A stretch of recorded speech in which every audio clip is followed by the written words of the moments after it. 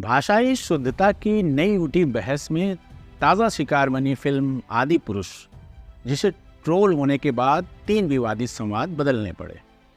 तो आखिर आज के दौर में कौन सी हिंदी में फिल्म बननी चाहिए या साहित्य लिखा जाना चाहिए? नमस्कार, मैं हूं इकबाल। आज हम खुली बात में बात करेंगे राम की, अयोध्या के राम की, जहां से एक जबान का जन्म हुआ जिसे अवधि कहते हैं।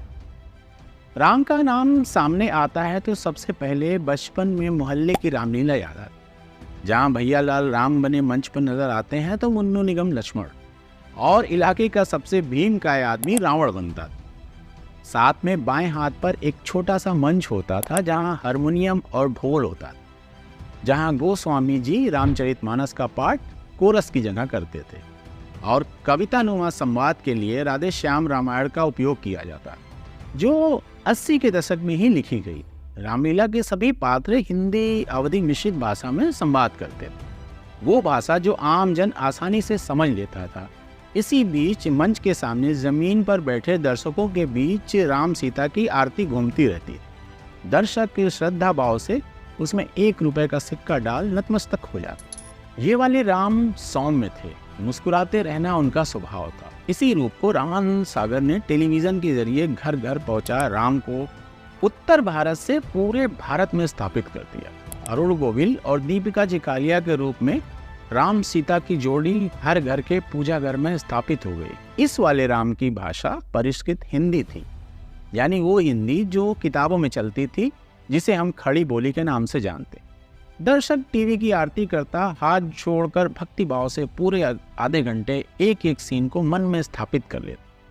उसके बाद बहुत से राम टीवी और सिनेमा पर आए, लेकिन रामानंद सागर वाले राम को कोई रिप्लेस नहीं कर सका। ऐसे ही जैसे मुगले आजम के अकबर यानी पृथ्वीराज कपूर को कोई दूसरा अकबर हिंदुस्तान के तख्त से हटा नहीं पाया। आदि पुरुष नाम की नई रामायण के साथ आजकल विवाद उठा है कि राम के काल की कौन सी भाषा थी। फिल्म बनाते समय भाषा की मर्यादा रखी जाए, लेकिन कौन सी भाषा?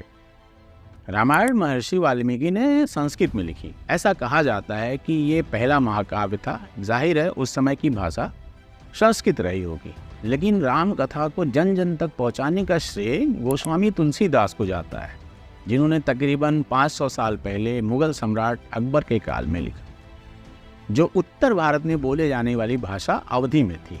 उस समय भी शुद्धतावादी ब्राह्मणों ने तुलसीदास का खूब विरोध किया।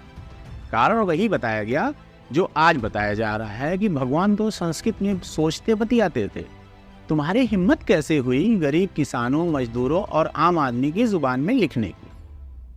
लेकिन किस्सा ये रहा कि हर आदमी की ज़बान पर अवधि वाली रामचरितमानस ऐसी चढ़ी कि घर घर में पवित्र किताब का दर्जा पा गई और संस्कृत वाली रामायण सिर्फ बुद्धिजीवियों की अलमारी के ऊपरी खाने में पड़ी रही। ऐसे ही रामलीला का मंचन देश के अलग अलग इलाकों में वहाँ की अपनी स्थानीय बोली में होता आया।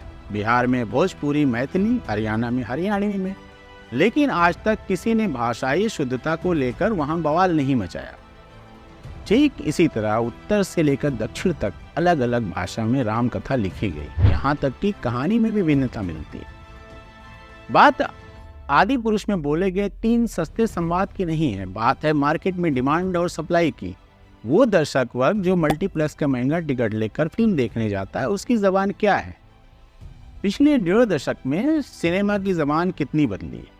गैंग्स ऑफ वासेपुर से शुरू हुई आम आदमी के बातचीत के तरीके को ज्यों का त्यों रखने की परंपरा नेटफ्लिक्स की सीरीज सीक्रेट गेम तक आते आते एकदम नग्न अवस्था में आ गई।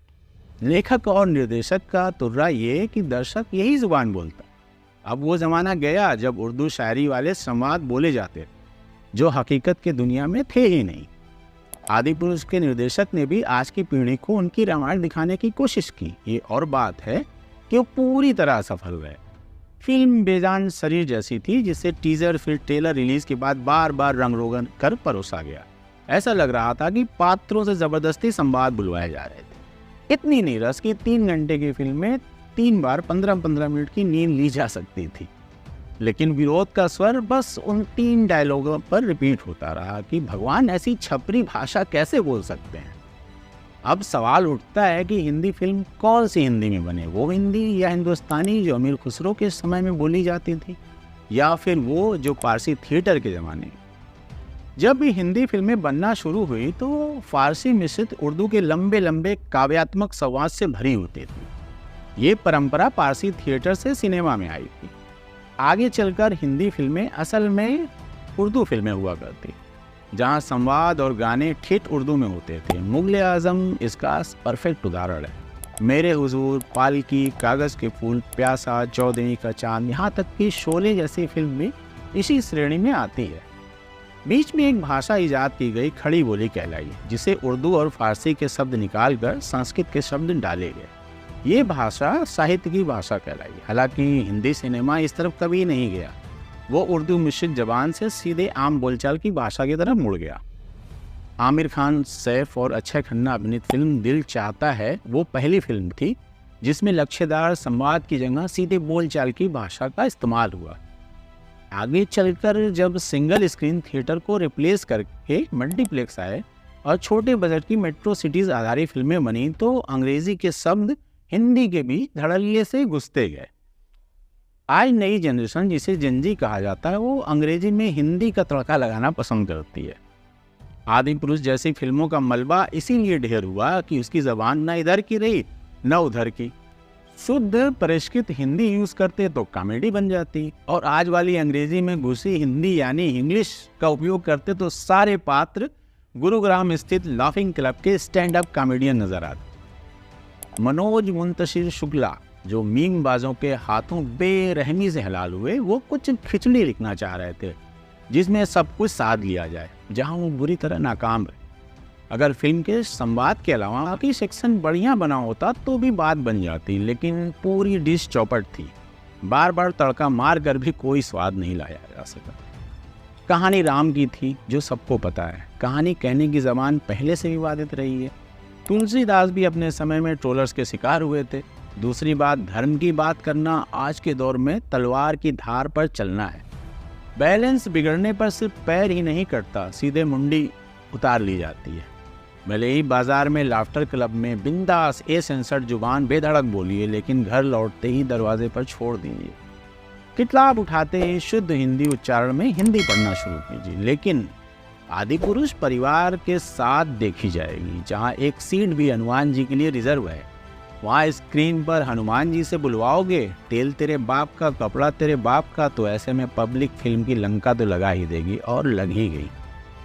दूसरी तरफ ये भी है कि रामानंद सागर वाली रामायण बना भी दी तो पॉपकॉर्न के साथ मूवी देखने जाने वाली जेनजी जनरेशन क्या देखने जाएगी? हमारा वीडियो आपको कैसा लगा कमेंट करके ज़रूर बताइए। लाइक और शेयर करना तो बिल्कुल न भूलें। धन्यवाद।